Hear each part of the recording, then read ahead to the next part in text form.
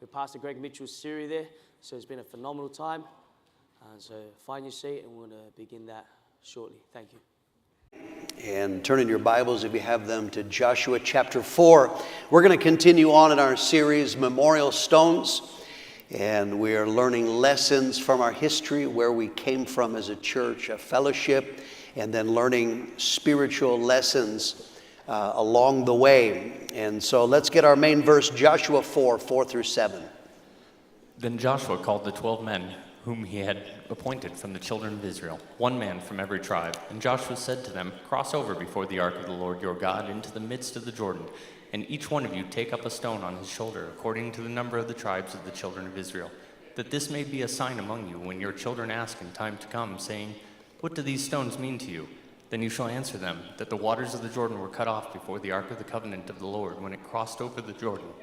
The waters of the Jordan were cut off, and these stones shall be for a memorial to the children of Israel forever."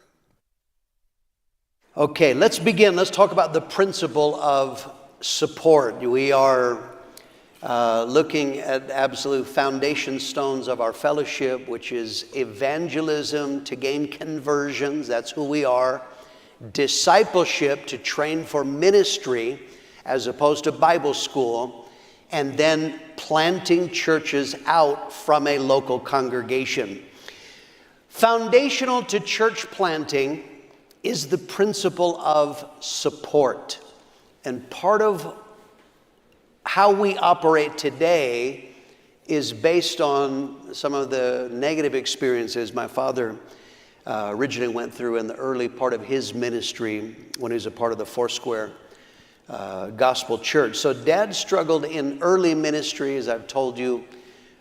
He began in Wickenburg in Victoria Island, British Columbia, in Emmett, Idaho, Eugene, Oregon, Carson, California, before Prescott. He struggled over a lack of support. Firstly, there was a lack of spiritual support. And I've been repeating this so you get this. In a denomination which has centralized training, centralized control, the moment my father told his pastors that he felt he was called to preach, their answer was, "You go to Bible school." By and large, when someone goes to Bible school, being connected now to the organization, they are the ones who license you, they are the ones who send you, determine where you go. Your pastors actually no longer had an active role in your life, in your ministry. You would, of course, you liked them, you had relationship, but as far as spiritual direction, your relationship with spiritual authority was severed in some ways. The organization sent you wherever they determined best, and then you dealt with an area supervisor. There would have been an area supervisor in Idaho, in the Northwest, in Oregon, California, and so on, wherever my father was. But these were people, by and large, that my parents didn't know them. They didn't know my parents. They had never been. You are introducing yourself by phone. Maybe you meet them at convention. I'm sure they're good people and helpful, but there was no real connection. So practical support spiritually to help you build the church was non-existent, and my father felt that very much. That did not work well. So spiritual support he felt was lacking. Then financial support. The Foursquare Gospel Church, they planted churches. They did have, in early days, some level of church planting, but there was very little financial support to accomplish that. When you were sent to a new posting, the figure escapes me. I told you in one of the very early lessons when they went to Canada, the entire amount of money, it was a few $100s to move a family of, 2 adults. I think they probably had 2 kids or 3 kids by that time. Very little finances if you felt God wanted you to go to a new place. Salary, living expenses, very little finances were given for the pastor's family. My parents in early ministry, they took very small churches. They were able to survive simply because most of the existing Foursquare churches had a parsonage. A parsonage means a house was attached to the building. It was built right into the building. Us kids growing up, we played in church. That was our playground because the house was connected to the church. But that was actually the only way they could survive. If they had to pay rent, it would not have been possible for them to make it. My father was pastoring, I don't remember if this was in Idaho or in Oregon, but he was approached.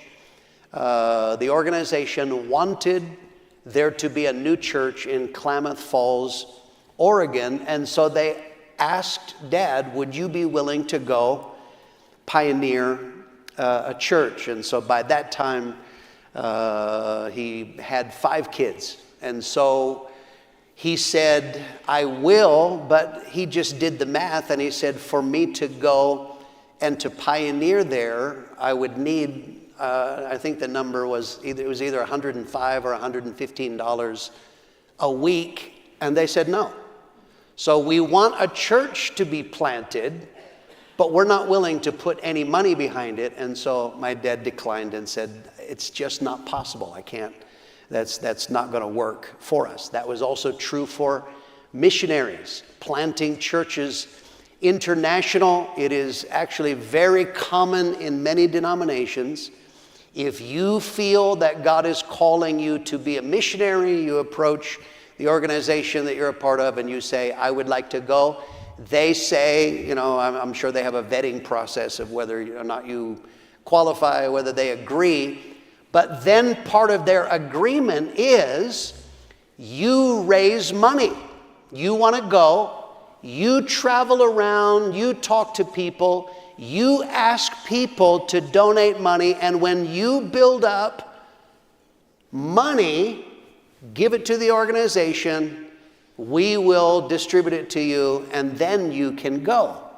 So that of course is very limiting. I would say if I had to tell every person who wants to be a missionary, sure, you can go when you raise the money. You're talking, some of our church plants can be just getting them there, getting housing, equipment, and a building.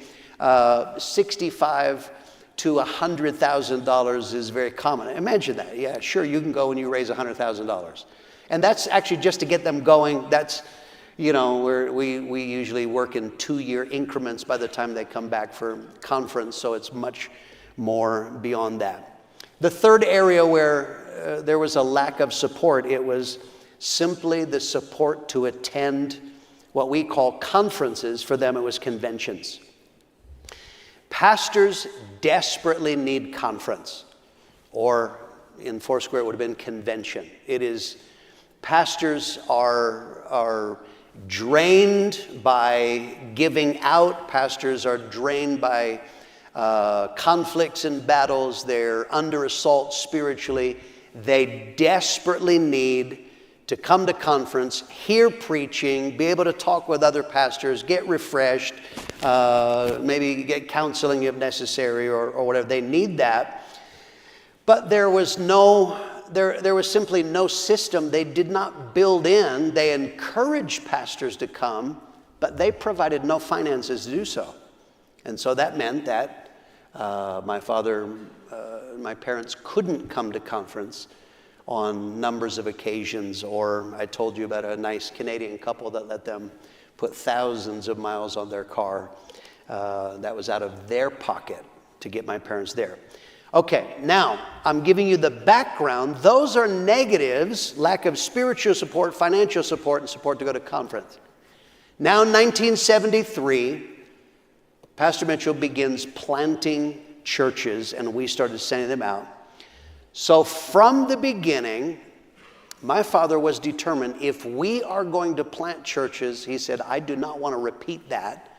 So from the beginning, he determined we are going to support them.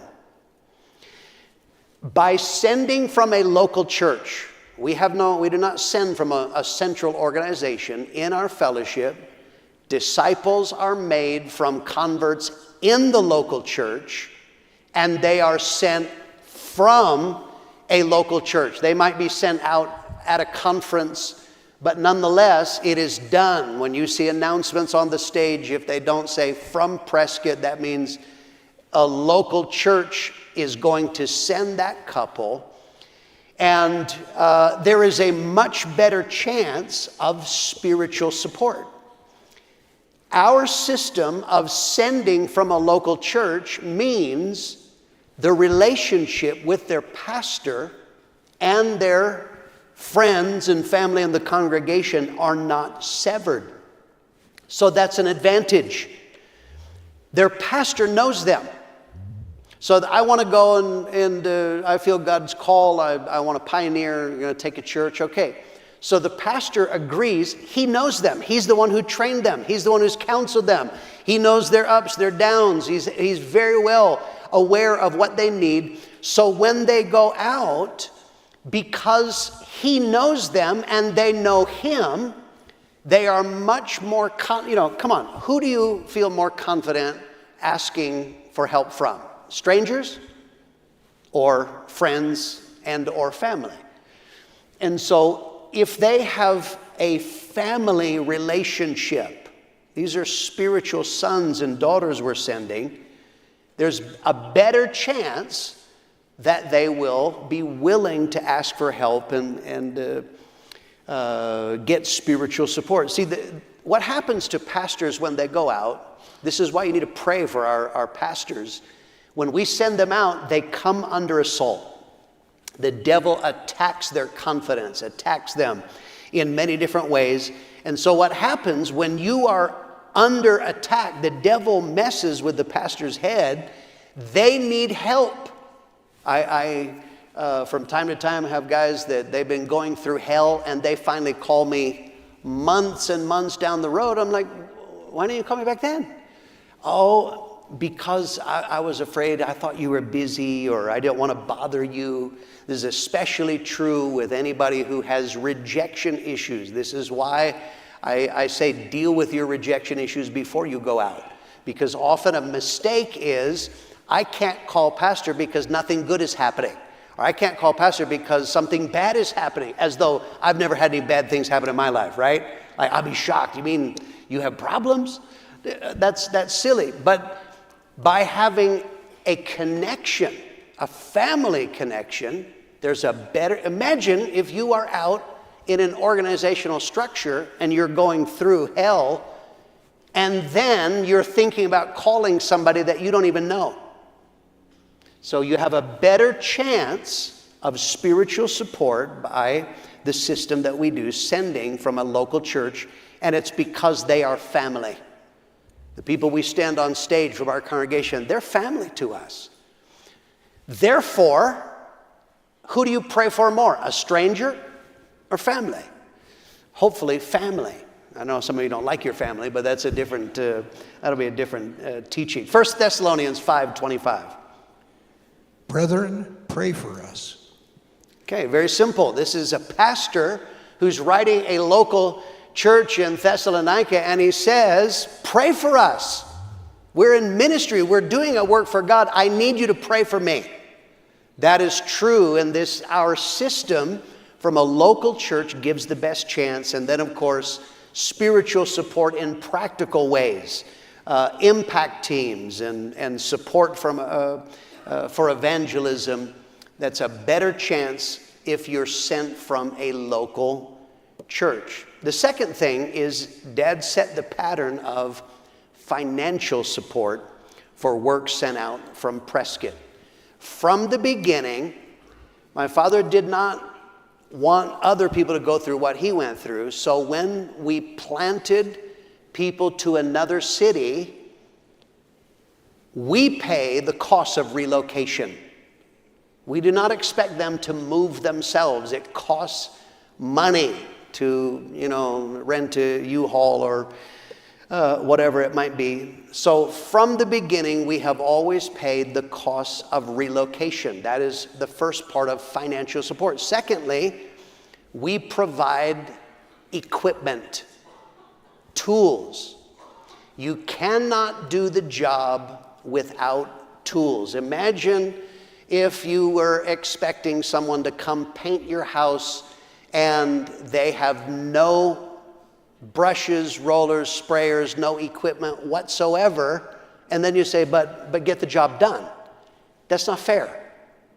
So when we send workers out, we give them the tools, we give them sound equipment, music equipment as necessary. We give them projectors, screens, chairs, whatever is needed. Those are simply tools, and I know that there will be churches that are watching this.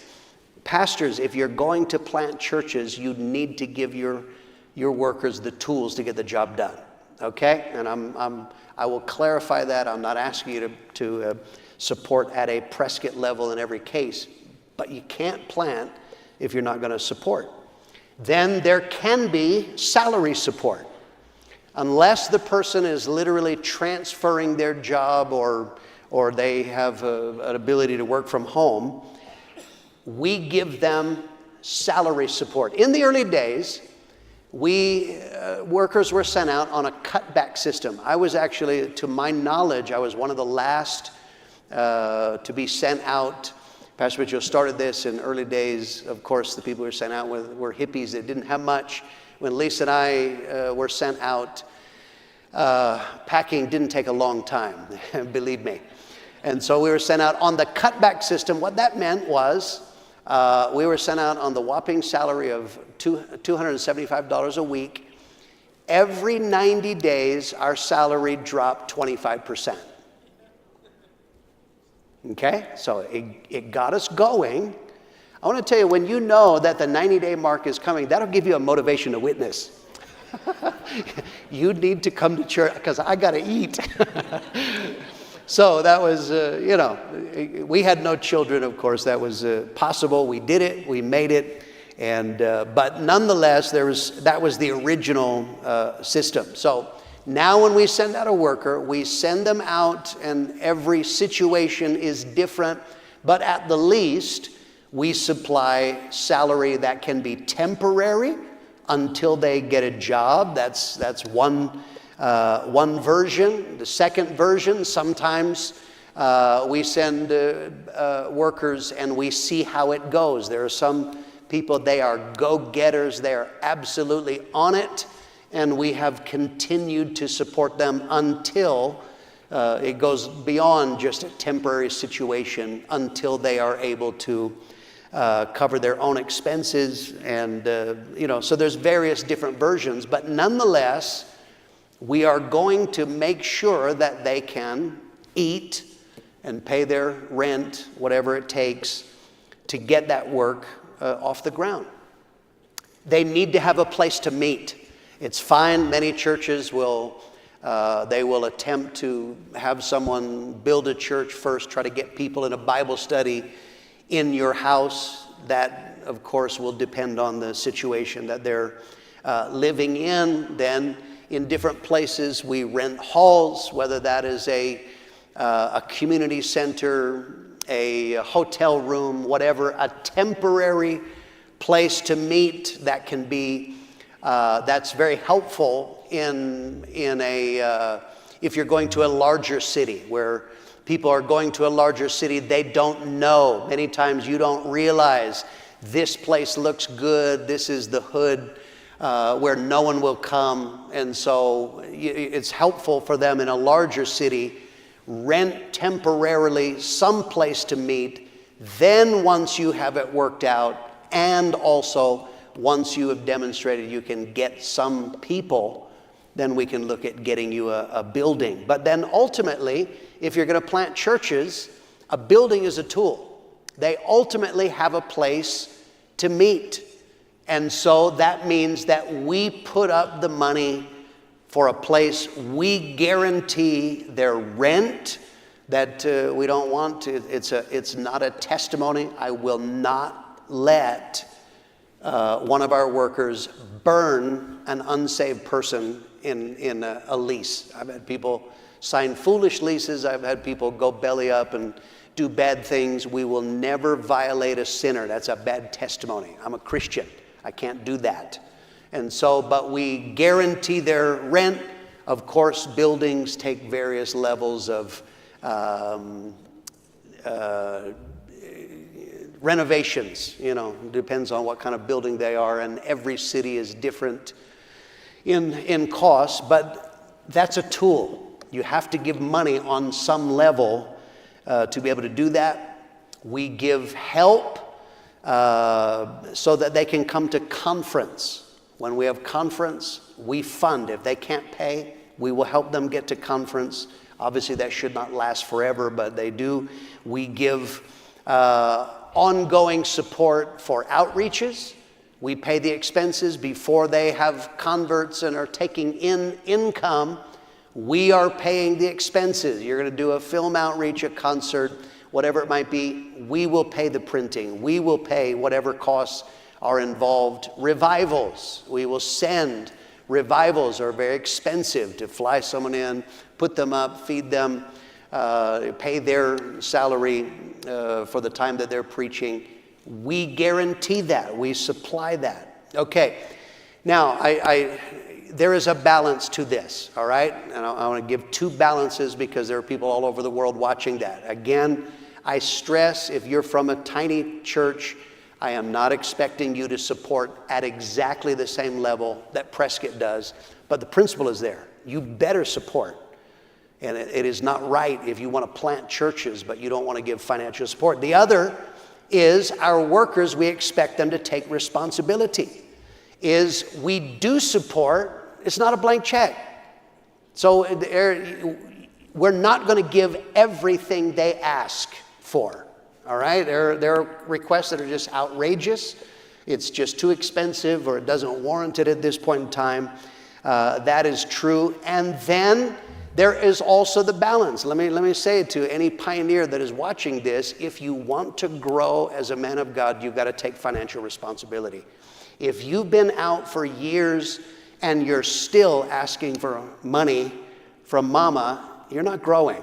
No man of God has ever grown until they challenge people, they build in faith. So those are balances, but at the end of the day, we believe if you plant churches, what we do is very expensive.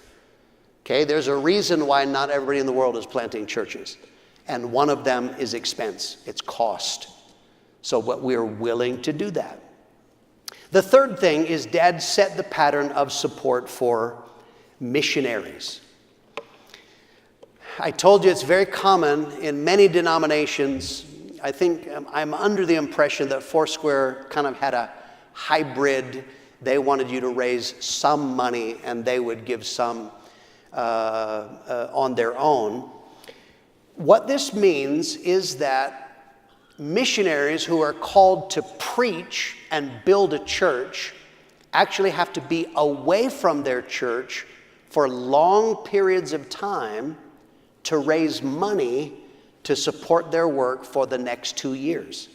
And I have heard horror stories. They don't have a choice because there's not guaranteed financial support. They have to leave their church for 2 months, 3 months, 6 months, traveling around to different churches, often people that you don't know.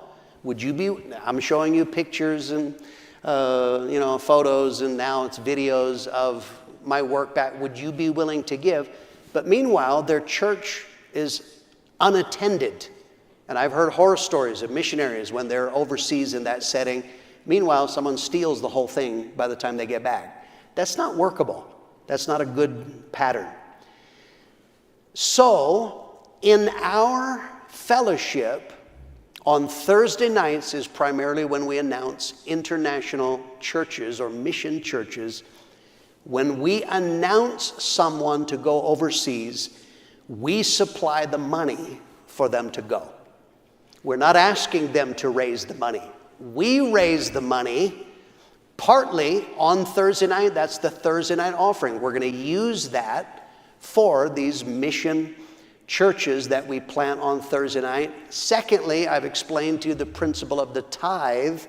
Having other churches under you tithe gives you enough resources to support world evangelism. And so this is something that is crucial. I went in 2004. I went, and I'll probably tell you in more detail in a later lesson, but I went to the nation of Turkey. I was thinking that God may want me to go to pioneer a church in Turkey, and so I went and traveled around. In Turkey, I met a man. He's actually the only man in Turkey who has been able to register an evangelical or a Christian church. It's illegal, but he was able to do it. He was from Spain. Very interesting man, good heart, building a work for God there. I have no idea what denominational flavor he was, but he was from Spain, and he told me when he went, 3 churches said, yes, brother, it's God for you to go to Spain, and we will support you. He said he moved his family to Turkey. I think this is in Ankara, in Turkey, began building a work, and then one day he gets a call and said, brother, we're not doing that anymore. We're not sending you any more money, and left him stranded in Turkey. So he said he had to get a job and work, and then he has been on his own. That's not an uncommon story. That's wrong. When my father began to plant missionaries, starting with Ron and Susie Burrell in Perth, West Australia, is when we did that, and now, of course, many, many hundreds and hundreds of workers that we've sent personally. That means my father made a commitment. If we are standing somebody up and announcing them to go overseas, we are going to give the money to send them, whatever it costs, to move your goods, if that's what it takes. In some cases, that's not workable. You got to buy furniture when you get there. We'll do that. That's fine. We'll pay the airfares. We'll pay whatever it takes to get you there. We will give you money to get housing when you arrive. We will give you money to buy equipment. We will supply money for salary and living expenses. And my father's reasoning was, if you're called to preach, he wanted them to focus on preaching. If you're called to evangelize and win people to Jesus, that is what he wanted them to do. He didn't want them to be distracted by, oh my God, the deadline's coming up. I got to go back home and raise money. We'll worry about the money.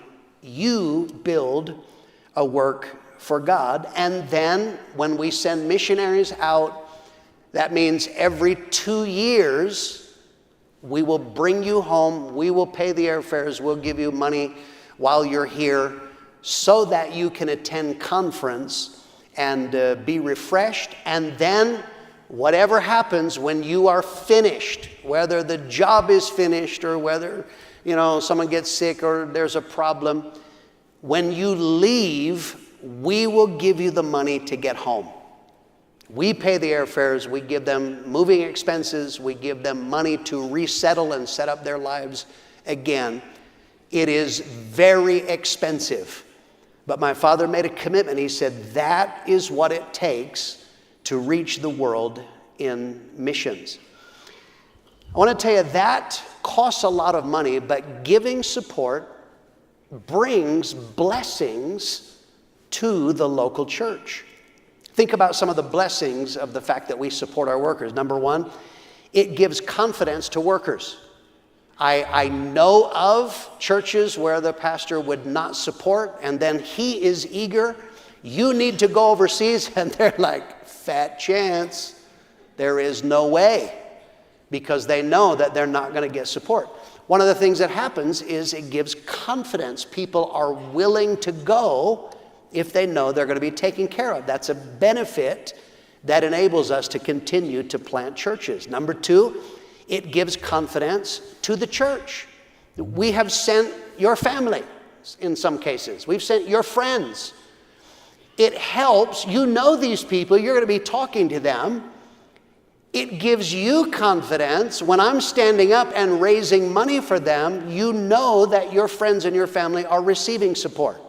That is something, again, pastors that are watching, this is something that hurts pastors who are trying to plant churches, but you are cheap and you're shorting your workers, and you can't understand why you're struggling to raise money. It's because in the church you're hurting the confidence factor. So by supporting, it gives confidence. That's one of the things. We don't do scams here. If we announce we're sending a worker, we do it, number one, and we pay for it. And so that gives confidence overall. The third thing, support brings the blessing of God. If we give out, the Bible principle is God will give back. He makes sure of it. Luke 6, verse 38.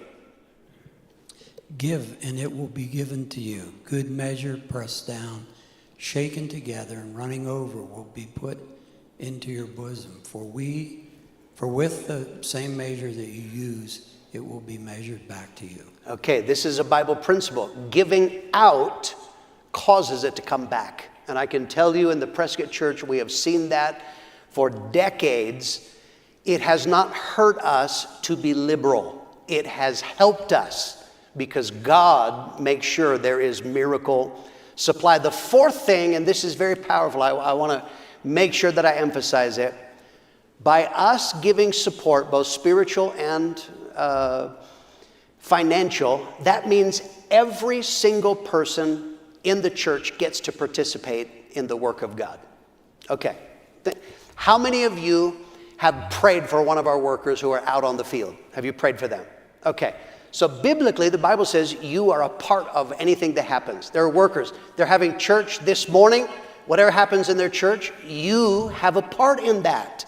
Some of you will never be behind the pulpit. That's okay. You have a part because you support by prayer, financial support. Think about this. Philippians 4, 16 and 17. For even in Thessalonica you sent aid once and again for my necessities. Not that I seek the gift, but I seek the fruit that abounds to your account. Okay, Paul is asking, he is planting a church in another nation, and he says, I'm asking you for money, but he says, I'm not just asking you for a gift. I'm not just asking you for money. I'm asking for fruit that abounds to your account. He says, if you give finances that enable me to preach the gospel and people get saved and lives get changed and disciples are made and churches are planted, he said, that abounds to your account. Some of you here, I pray that God will give you this idea. What we are part of is genius. There is not a single person here. How many of you here, you have given in one of our pledges or conference offerings? You've given that. Okay. Every single one of you have a part in what God is doing around the world. Some of you have never even left Arizona. It doesn't matter. Your life is now reaching Africa and Asia, and you're everywhere around the world. You become a part of it. It's not just a pin on a map. The Bible says people that get saved this morning in Florida and Idaho, wherever we have churches that we have helped support, the Bible says God is crediting it. You have a part. That is why I'm praying you catch this in our memorial stones. We are reaching the world together. It is brilliant. My father was a very, very smart man. God led him into this, but we all reap the benefit of what God is doing. When Lisa and I were in South Africa, we used to get letters from Jay Mayotte. Jay's son Bob is here, some of the grandsons, Ryan, the different ones are here, Phil. Is Jay Mayotte, her husband never got saved till near the end of his life, faithful saint all these years, but she would write, many of the missionaries said they got letters from Jay Mayotte, and she would often include a line. She would say, "Thank you for going where I cannot go." But Jay Mayotte had a part in everything that God did in our work in South Africa and around the world. Even in her limited income, she gave for the work of God. She prayed for missionaries. And so the Bible says the principle of support means we all get to be a part of what God is doing. Let's talk then, secondly, let's talk about international church planting tensions. I'm telling you the story and I'm building the case. We're on the second to last step now of why we are no longer with the Foursquare Church. We began to plant churches internationally now. We had churches in Mexico. Nogales and Agua Prieta were supernatural. I've told you the stories of how they came about. Holland, supernaturally how that came about. But starting in 1978, when we sent Ron and Susie Burrell to Perth, West Australia, that's 45 years ago next month, now everything changed. Now we were planting deliberately in other nations, and once Prescott started doing it, it opened up the world.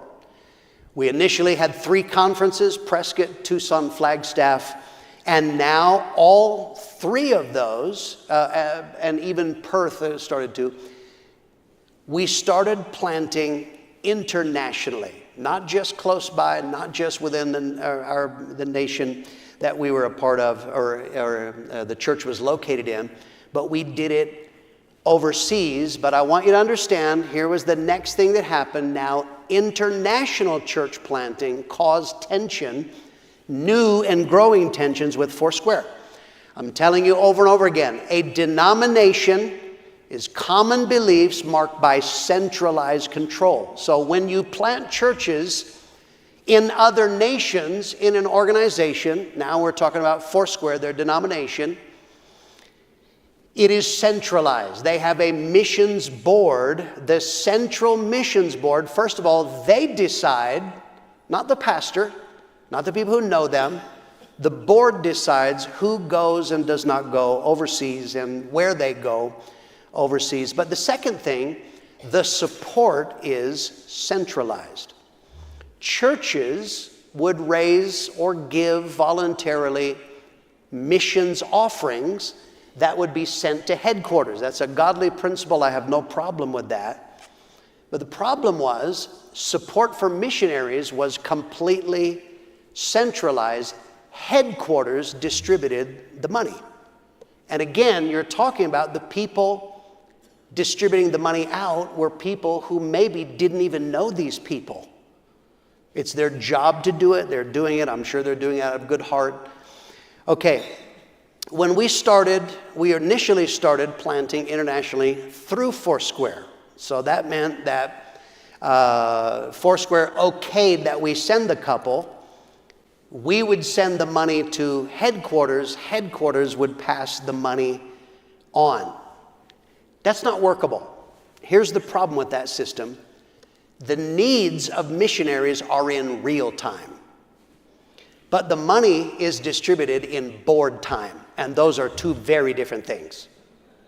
You understand how it works with a board? Yeah. Hello, I got a crisis. The car broke down. Something happened. The equipment was stolen. Whatever it is, we need money. Okay, at our meeting next month, we'll discuss that. That's how a board works. Okay, I'm not saying that's evil. That's just how it is. That's not workable. The problem is people have needs. They're in real time. I need money, and it's like today, right now. This has to be okayed, and so it just takes time. I'm told of a story. I don't have personal experience with this, but I am told that in the early days we had a mission church that were meeting in a tent, and a storm came and damaged the tent, so they had nowhere to meet. And so they requested money, put in a request to the board, we need to replace the tent so that they have a place to have church. And so, but there was a lengthy delay. We got to meet at our next meeting. We'll talk about it, discuss it, approve it, organize it, finally send it. But the church has no place to meet. So my father said, that's not going to work. We can't keep planting churches with centralized control. That's just not going to. And then, of course, part of the problem is you get people, they are put in positions for various reasons. That's a problem if the person in charge of the money is not liberal. Okay, my father was in charge of church planting. My father was a liberal. He was personally liberal. He was liberal to people. He was liberal to the church. He was liberal to workers. He's famed for being a liberal man. But if you had somebody in charge of money, remember the story I told you? In Perth, I was a delegate at Foursquare Convention where a guy was having a fit over the missionary in Papua New Guinea. He spent $19 or whatever it was on pencils in the last year. We're not going to reach the world with a heart like that. If you're worried about $19 worth of pencils, if I showed you some of the expenses we got to put out in an average month, you'd have a heart attack. Okay? So what we began to do, all of the conference churches, we began planting churches outside of denominational control. We are a part of Foursquare, but what we began doing is we started planting churches internationally without permission. We didn't ask, is it okay with you if we plant? We just did it. And then secondly, we bypassed the board system. We sent the money direct. We raised the money, so we sent it to them directly. Okay, that caused tension because that actually is a threat to the denomination. Okay, what you're doing is you're saying then the denomination is not necessary. So I'm showing you the trail. This is the second to last step. I told you by not having Bible schools, our pastors do not go to Bible schools, they're trained in-house. That was tension number one. Planting churches and them succeeding who hadn't gone to Bible school, that was step number two. Territorial tensions. Number three, we don't have women pastors. Number four, the 1978 convention when my father spoke boldly. That was number five. And then international church planting. This is causing increasing tensions. Foursquare were not happy with the way that we were operating. Let's talk finally about spreading impact. So now, starting in 1978, we began sending workers to other nations.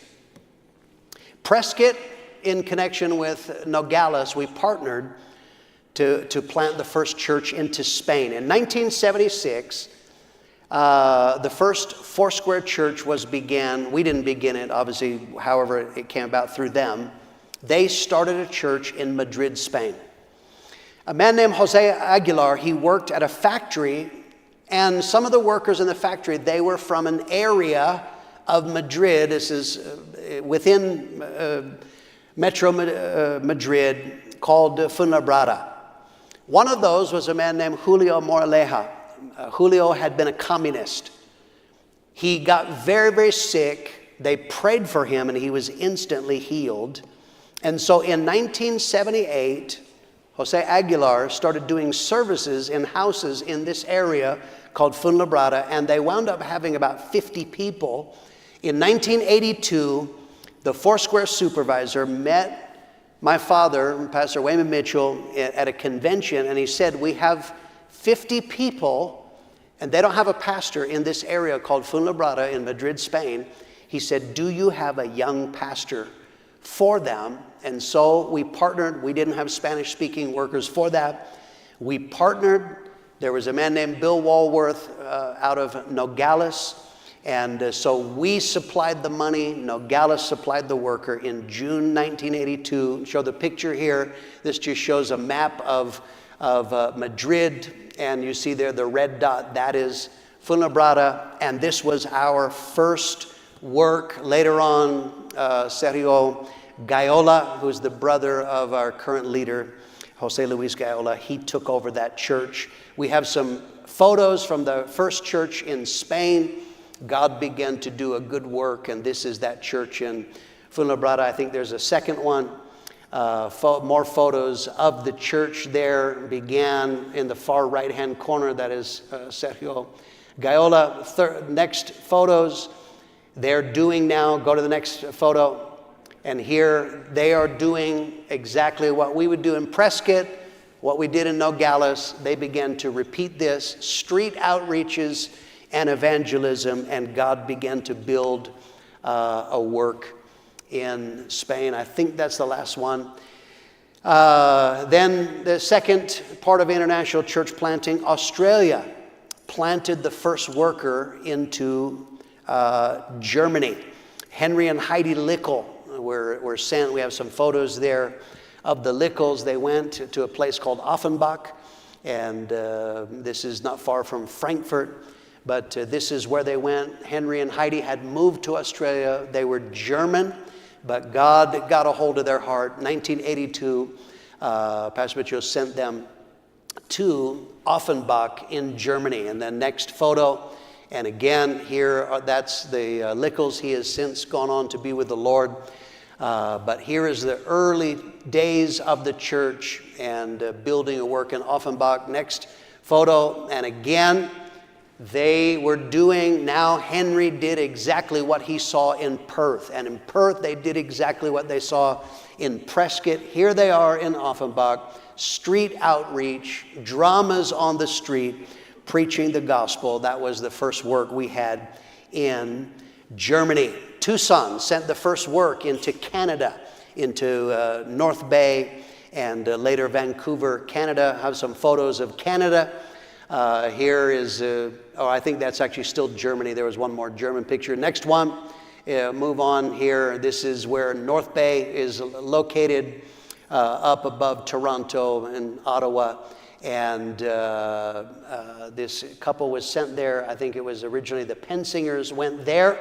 And then next photo, we see here are the Beauregards, the man in the blue suit at the front, his wife next to him, Larry and Susan Beauregard. They were sent to Vancouver in British Columbia. And what was very interesting is as he went and began to outreach on the streets, he met a man on the streets. He saw a man who was boldly street preaching.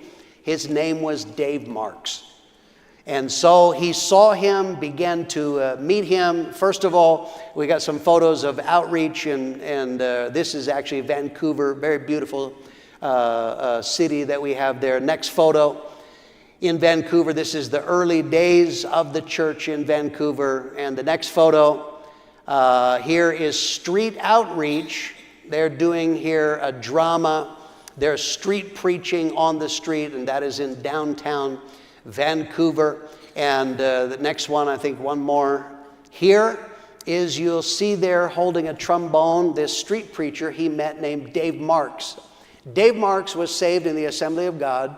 And remember I told you back when we were talking about the Jesus movement, how this actually was not just America, it was moving all through.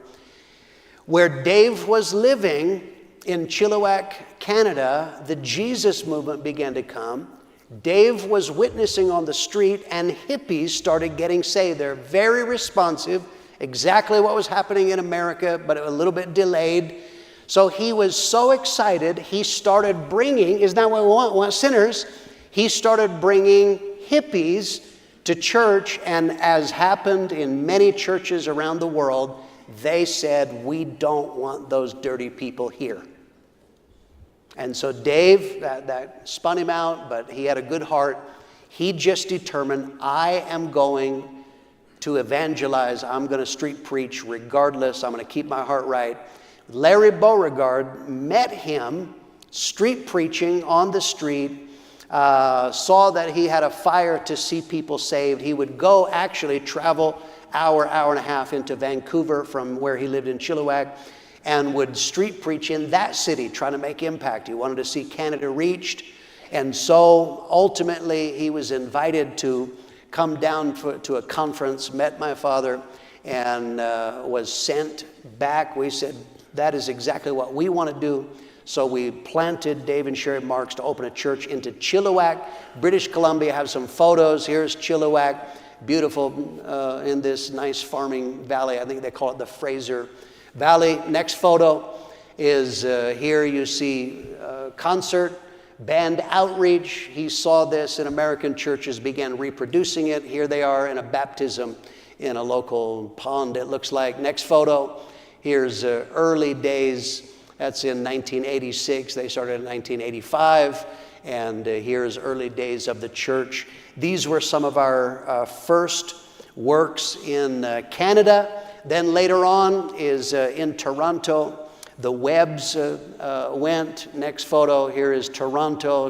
They got beautiful cities in Canada there. But move on to the photos. Here is the Webbs went, and they went and pioneered a church in Toronto, Canada. There's a baptism on the left. That's kind of a grand opening in a basketball gym, probably in a school, and began to build. Now that's on the east coast of Canada. Next photo. There's more photos. Early days of the church up on the left. That's early days of the church. On the right, this is in later days. You'll see there's my father standing on stage. I think is that dead? I can't see from here. I'm getting old, you know. But this is later on, in later years, building a work in Canada. Australia sent a work into the Philippines in a place called Baguio City. Then they sent a worker into Auckland. New Zealand, I have a photo of Auckland, and very, very beautiful city there, but God began to build a work there. Prescott, we sent a worker into Okinawa. This is the first church into Japan, and we have a photo there. It shows you down there where Okinawa is in the lower part of Japan. So my point in telling you this is we started spreading throughout the world. The vision that worked in Prescott, it first worked in local cities around here, then in New Mexico, Utah, Colorado, California. Then we began to spread throughout the United States. My point is we started spreading around the church, the world. Discipleship is the releasing of workers into the harvest field. You train workers in-house. The only reason why you're training them is to release them. And we began to do that all over the world. The indigenous principle that I've talked about a number of times, indigenous means from within. When you plant churches and from within they get converts, make disciples, they raise money and send workers, they have a multiplying effect. You start getting exponential growth. It's no longer just us adding 1, 2, 3. Now you're having others add at the same time. It multiplies. Genesis 9, verse 7. And as for you, be fruitful and multiply. Bring forth abundantly in the earth and multiply in it. Okay, multiply. That is God's plan. This is what began to happen. Here they'll put up on the screen. By 1985, we had 250 fellowship churches. We only started planting in 1973, and now 12 years later, through the multiplying power, we had 250 fellowship churches, plus then we had 2 men who came in. They were not really a part of us, but they affiliated. They were Praise Chapel, New Harvest. In 1985, there were 45 in New Harvest, 25 in Praise Chapel. So my point, we were multiplying. We were reaching the world. I show you 2 final photos before we close. My father's Bible that I've been showing you here. I want you to look at this. This is Proverbs 16:3, is it? Commit your works unto the Lord. Your thoughts will be established. Thoughts are plans. And then verse 9, a man's heart devises his way, but the Lord directs his step. My father made a note in his Bible, December 20, 1983. He's talking about future ministry. And God began to speak about what he was going to do, and now we're seeing the fulfillment. Final photo from my father's Bible. Look at this verse that he marked here. This is Isaiah 29:14. Therefore, behold, I will proceed to do a marvelous work among this people, even a marvelous work and a wonder. I am telling you, what God has done in our fellowship is marvelous. It is awesome to see that in a short time it began to multiply. It's a work of God and not of man. And I believe that that scripture is being fulfilled even to this day. It's a marvelous work. Thank God. We'll stop there. God bless you. Service will start at 10:30.